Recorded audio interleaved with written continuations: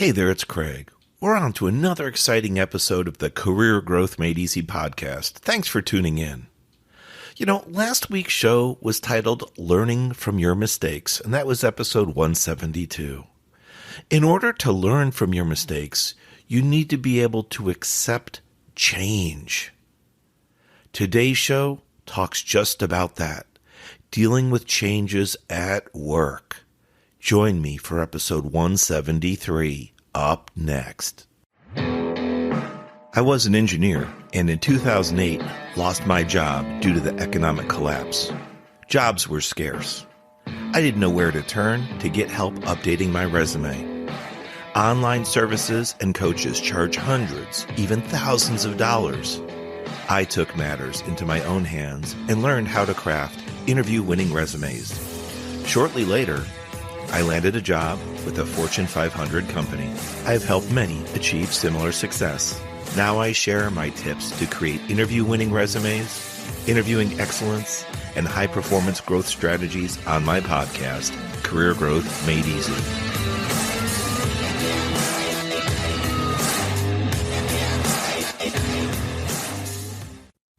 Hey there, I'm Craig Ansell, and welcome back to another episode of the Career Growth Made Easy podcast. This is episode 173, Dealing with Changes at Work. Dun, dun, dun. Okay, it's not that severe, it's not that dramatic. How do you deal with changes in the workplace? Does that mean that your job is changing and you have to learn and adapt to a completely new way of work, a new way of being in the office? Maybe not. Maybe there's some minor changes going on. Your supervision, management, or company is instituting some new policies, some procedures, and you might have to deal with those changes. Typically, upper management, maybe the board of directors, it depends on what you have for a company size, feels these changes are for the good. Overall, they're meant to help everyone. And it certainly isn't always the right way to go about things. But regardless, we're not talking about that today. We're talking about the intentions of good and dealing with changes, typically meant to improve your work environment, possibly improve your process flow, your efficiency, overall get your job done more smoothly, more effectively. So with all that said, that was a bunch of words. Whew, Craig. With all that said, how well do you deal with changes in the workplace? How well do you deal with changes in your personal life at home? So with today's show, I'm going to ask you, do you feel that you're a supporter or promoter for change in the workforce, or a detractor, someone that stands against? What if the changes are going to happen either way and you have no say in the matter? They're being pushed down by upper management, they're being enacted, or maybe they already are enacted and you just became aware of them and you have no choice but to follow them. The way I see it, you have two options. You can learn to embrace change, or you can learn to fight it. That's right. Now, you may see that some people in your lives, in your work history, your career history, seem to flow or roll with the punches, as they say. And maybe those people can accept change more readily, more easily than others. Those people might even be known as change agents. What does that mean, though, exactly? Not only are they willing to accept and support change, but being a change agent means that you might be someone that seeks out, being interested to be part of significant changes in your organization, in your job, your task, your project, your workforce.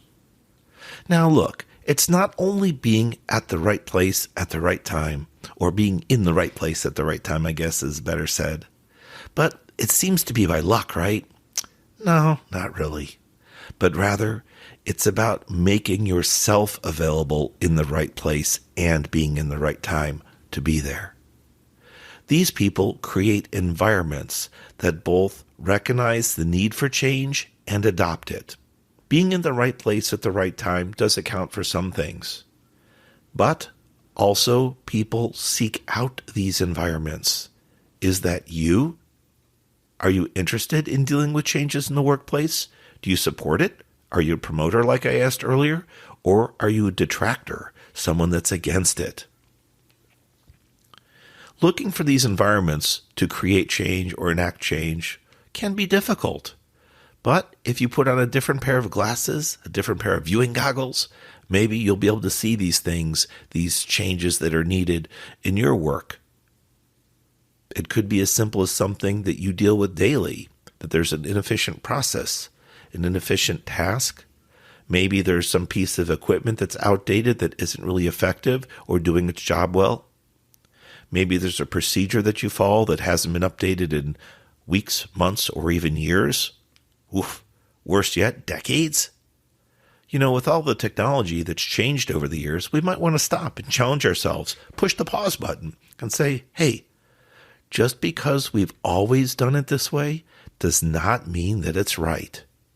That's one of the common challenges that I offer people when I deal with cost out and cost reduction or process improvement workshops that I've ran in the past. Just because we're doing something all this time, might have been from the inception of the company, inception of a product or a program, it doesn't mean that it's still right today. We each deserve the right to respectfully challenge situations and understand, does that process, does that procedure still apply? So maybe you would be interested in being a change agent someday and helping instill change rather than defend it or resist it. Food for thought there. As we're rolling into autumn, it's normally a beautiful part of the year, a beautiful time of year. For many parts around the world, it's temperature change time. It's typically noted by the foliage change, the beautiful leaves changing color, brilliant ambers, reds, oranges, and yellows. You might have heard my voice kind of perk up on that. I just kind of envision that. The reason why it's exciting to me, because unfortunately, we don't get a lot of it here down in Florida. We see very little of this. Most of what we see year-round is green, especially with palm trees. Now, I do enjoy where I live, with one exception of the heat. I don't know about you and where exactly you live, but Florida this year of all years has seen a lot of 100 plus degree Fahrenheit days. And then we couple in the humidity, the heat index. 110 plus degrees Fahrenheit is crazy. Well, I didn't mean to get onto a soapbox about temperature. The one thing I'll tell you about change, though, at least with regards to Florida and the palm trees, they do have a blooming season like many plants and trees, and they give off seed pods. They're light flowery colors, but that's about it. You're not going to see these brilliant colors like I talk about. Occasionally my wife and I will try to schedule a road trip to go up north during this time, and we do enjoy the drive, time together and just exploring. And we like to look at the various trees changing color. So if my time affords it with work and personal time, we like to get out. We don't get to do it every year, but it's something we look forward to. A little break, something for some creativity. But back to today's show, dealing with change. Do you think that everything that's instilled, all the processes, procedures, programs, all that stuff is still valid today where you work? Maybe it is. Maybe you work in a specific, rigorous, rugged environment that you must follow step-by-step critical instructions, or someone gets hurt or something doesn't get completed safely. Totally understand that. But what I'm up for is asking you, in the workforce, there are ways to look at things, processes, procedures, tasks, and ask yourself, is this really the best way to do things?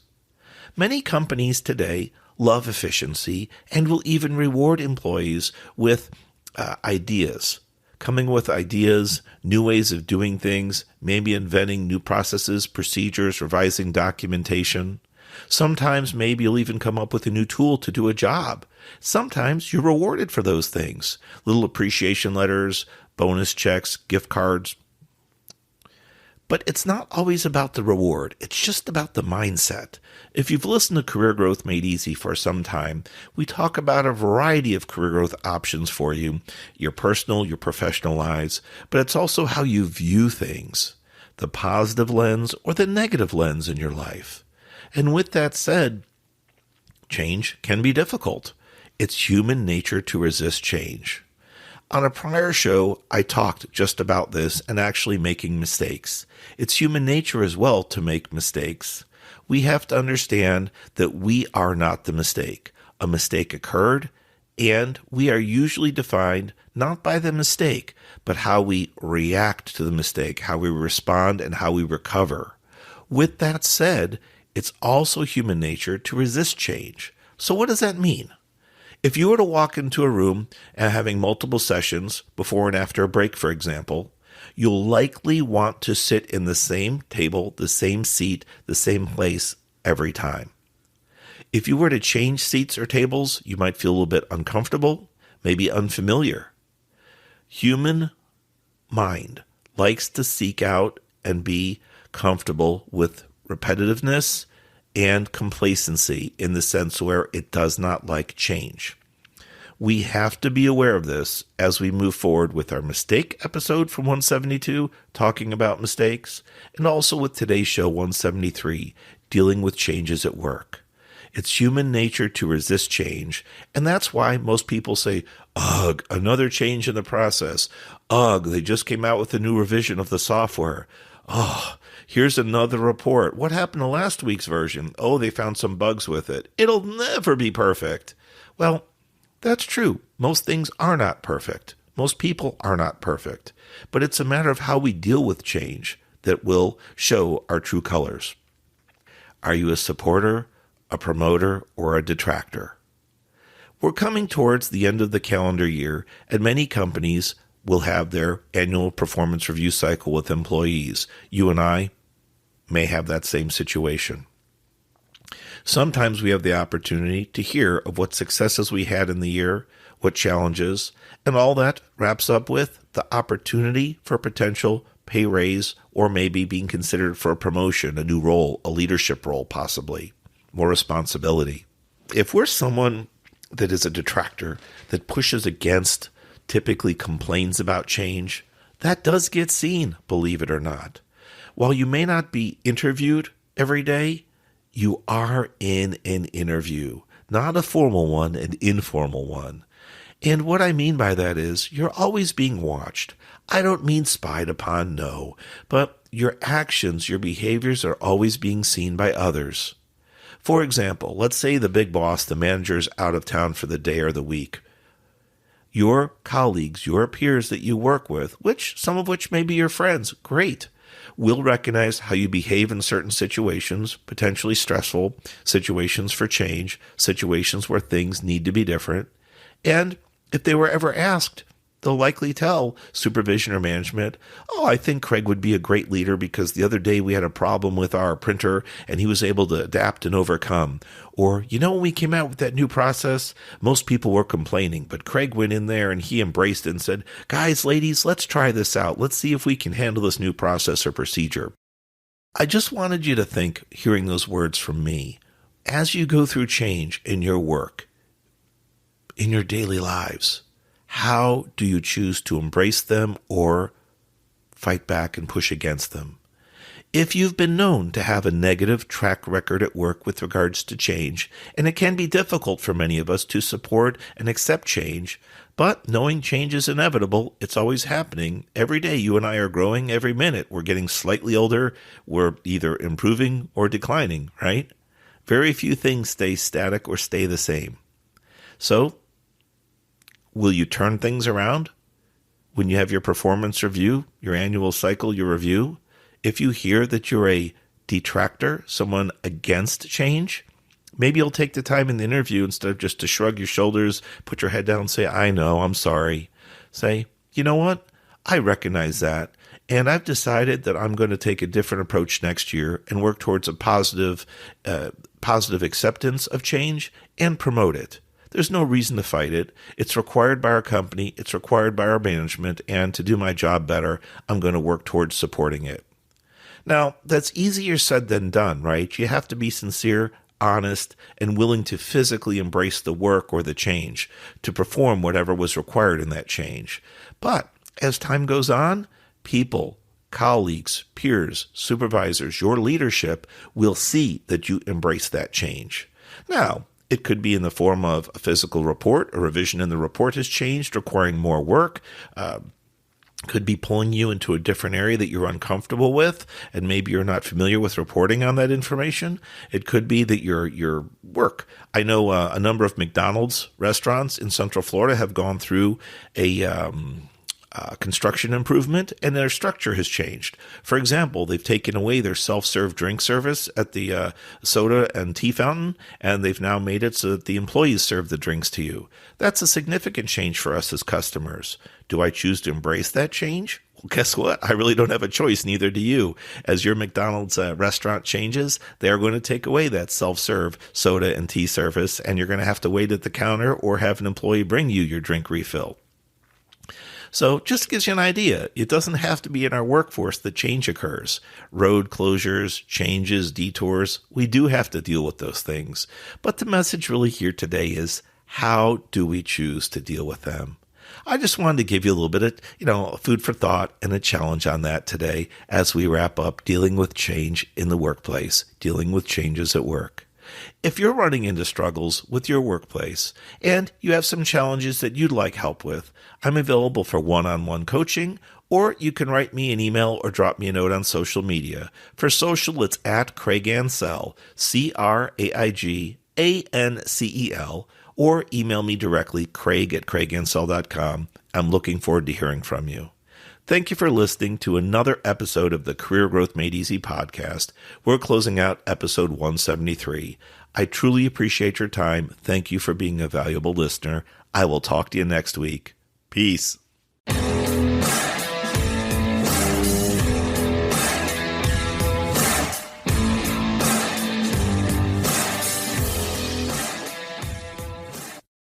Thanks for watching. If you've enjoyed this episode, be sure to subscribe to our channel. New episodes every Monday. In the meantime, why don't you follow us on social media at Craig Ansell on Facebook, LinkedIn, and Instagram. To book a coaching appointment, download our free guides, or join our email list, check out the links in the description below.